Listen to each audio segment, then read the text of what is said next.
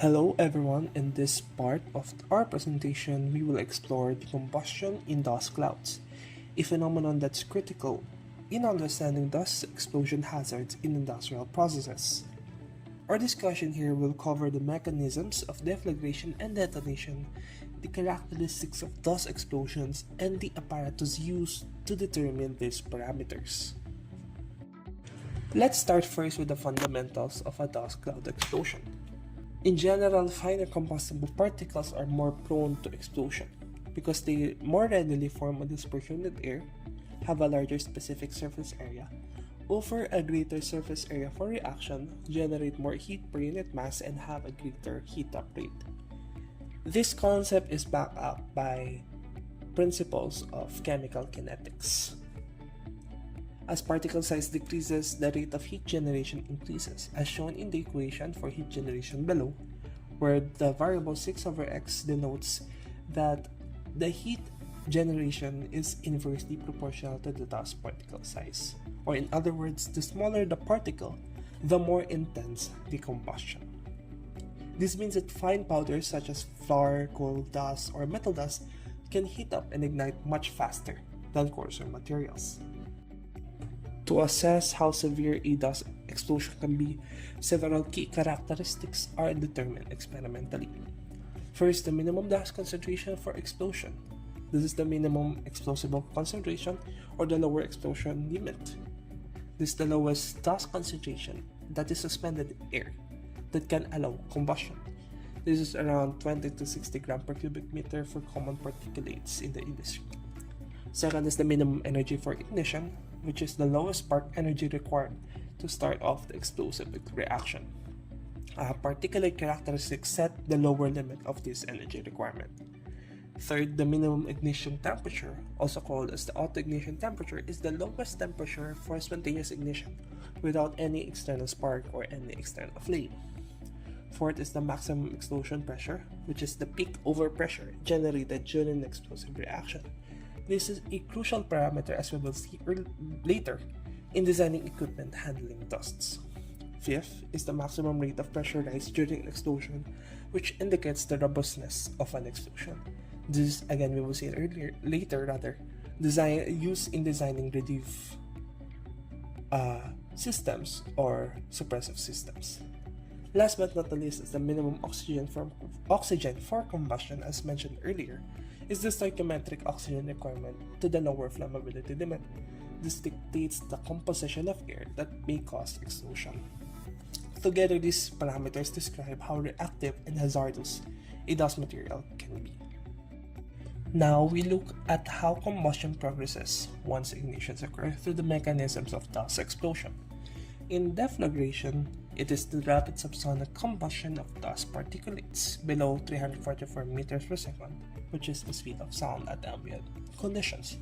This type of reaction is driven by heat and mass transfer.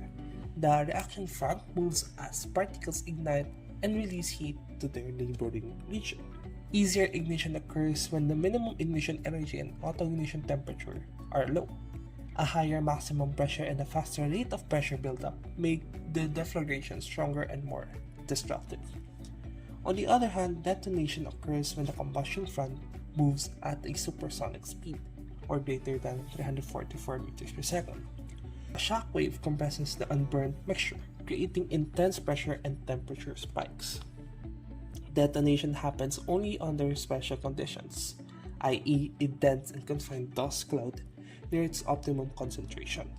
When the deflagration accelerates it to detonation, we call this a deflagration to detonation transition, or DDT, which occurs at low auto-ignition temperature and high max rate of pressure rise.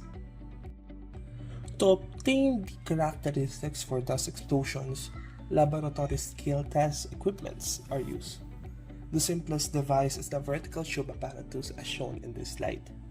It consists of a vertical glass or metal tube with a dispersion cup at the bottom that holds the sample dust.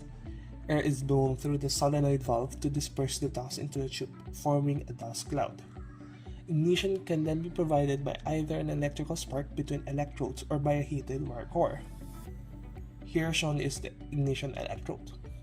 This apparatus is mainly used for classification tests and for determining the minimum dust concentration for explosion, the minimum energy for ignition, and in a modified setup, maybe the minimum oxygen concentration for combustion.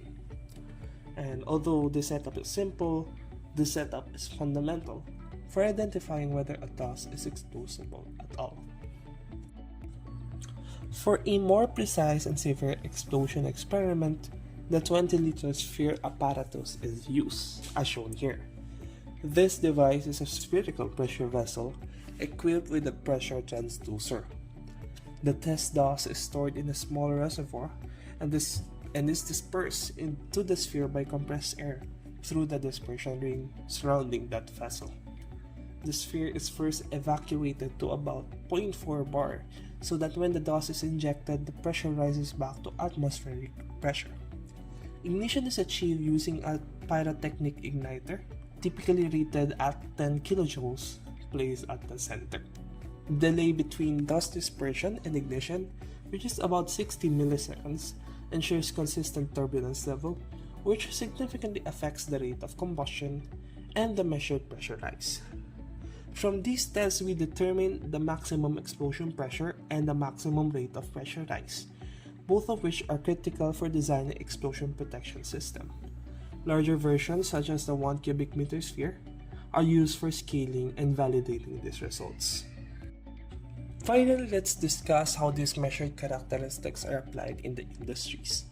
First, the minimum dust concentration indicates the quantity of air to be used in the processing system for combustible dust. It helps engineers design ventilation and air handling systems that keep dust levels below explosive limits. Second, the minimum energy for ignition determines whether dust can be ignited by an electrostatic spark to as low as 15 millijoules. Third, the minimum ignition temperature dictates the maximum temperature for equipment and services in contact with the dust. Fourth, the maximum explosion pressure, which ranges from 8 to 13 bar, is used to determine the design pressure in vessels and pipes in explosion containment control. Fifth, the maximum rate of pressure rise during explosion is used in the design of explosion relief. This is related to the volume of the vessel by the equation shown below. Lastly, the minimum oxygen for combustion provides the maximum permissible amount of oxygen concentration when inerting, ensuring that oxygen levels remain too low for combustion to occur. Together, these parameters provide the quantitative foundation for explosion risk assessment and prevention.